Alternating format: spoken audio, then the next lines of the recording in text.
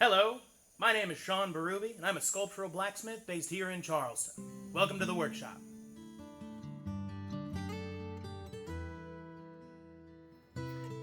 I've been forging steel for 6 years now, and using a combination of traditional blacksmithing techniques and modern-day fabrication, I have come to specialize in high-detail, fully three-dimensional form. I've always been deeply fascinated by animals.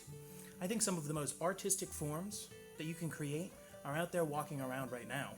And I want my work to help people experience the beauty of all of the life that surrounds them every day, and to think about creatures that they've never thought about before.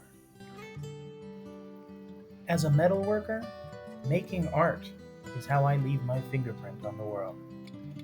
I'll never know which pieces last for centuries, and yet still my legacy will live on.